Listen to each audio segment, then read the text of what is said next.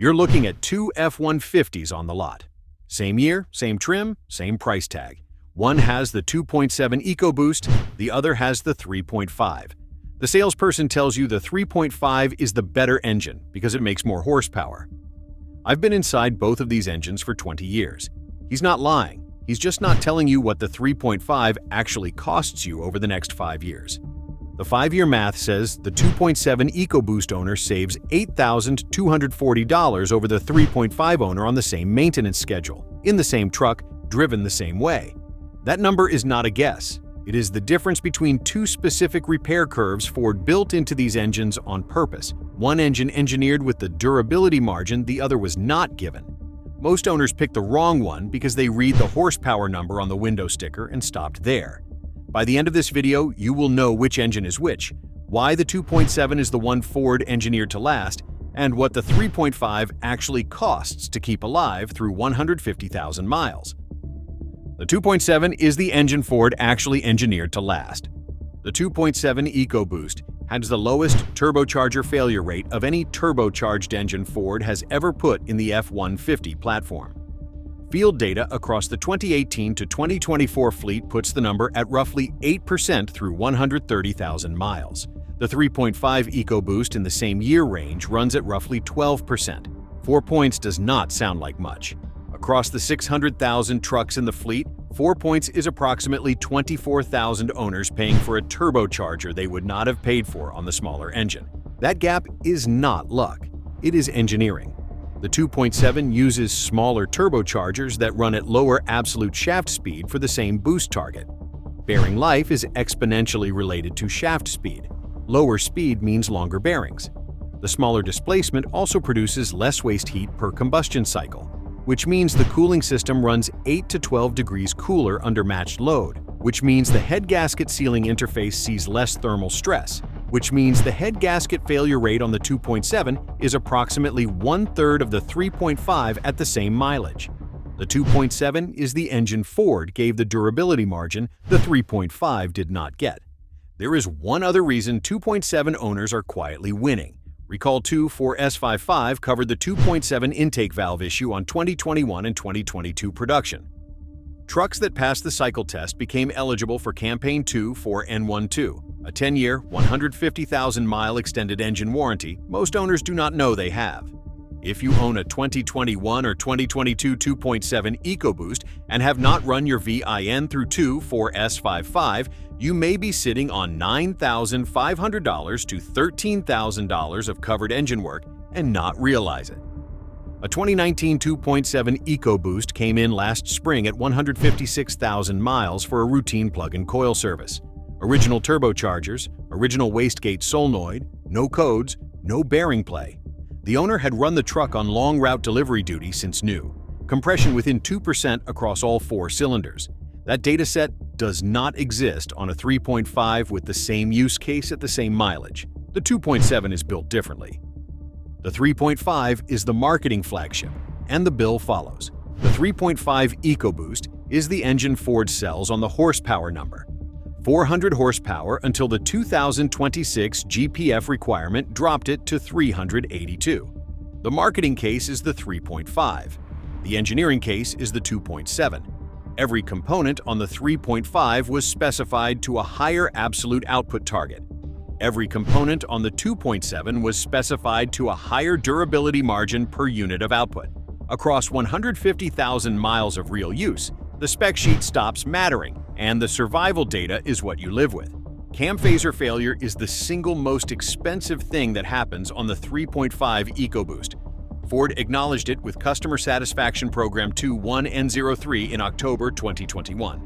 The program covered 2017 through 2020 trucks for free phaser replacement up to 70,000 miles. It required CSP 21B10PCM reprogramming to be completed before December 31, 2021 to qualify. The program itself expired January 1, 2023. Owners who acted in the window paid $0. Owners who missed the deadline pay $4,500 to $6,800 today for the same repair. The 3.5 also has the wastegate cascade. The wastegate solenoid is a $50 part. When it begins failing, and it begins failing somewhere between 70,000 and 100,000 miles on the 3.5, the wastegate stops regulating boost pressure cleanly. Boost spikes. The compressor wheel spins past its design speed. The turbo bearings see temperatures they were not built to see. The codes that finally set are P0246 or P0299. By the time either code triggers a check engine light, the wastegate has been operating outside its calibrated range for tens of thousands of miles, and the turbocharger has been damaged, accumulating overboost events the engine module never logged. A $50 solenoid replaced preventively at 80,000 miles saves the $4,500 turbo pair replacement at 110,000 miles. Most owners do not know to do the preventive replacement. Carbon buildup on the intake valves is the third cost.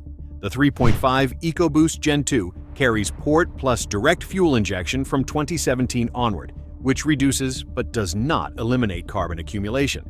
The earlier Gen 1 trucks from 2011 through 2016 were direct injection only and accumulate carbon aggressively. By 80,000 miles, walnut blasting is the standard service to restore performance. The 2.7 produces less of this problem because of how the combustion chamber is shaped and how the port and direct injection systems work together.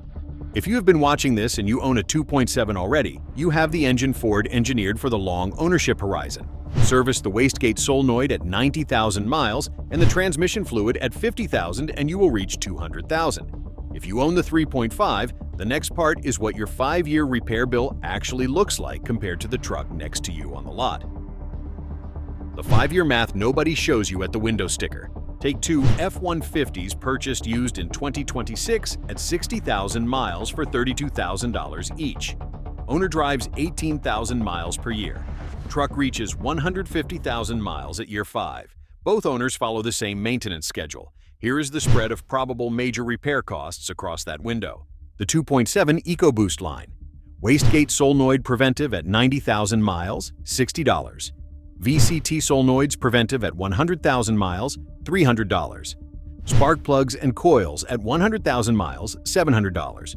Probable turbo intervention weighted across the 8% failure rate, $250. Probable intake valve carbon work on early Gen 1 trucks, $0 to $400.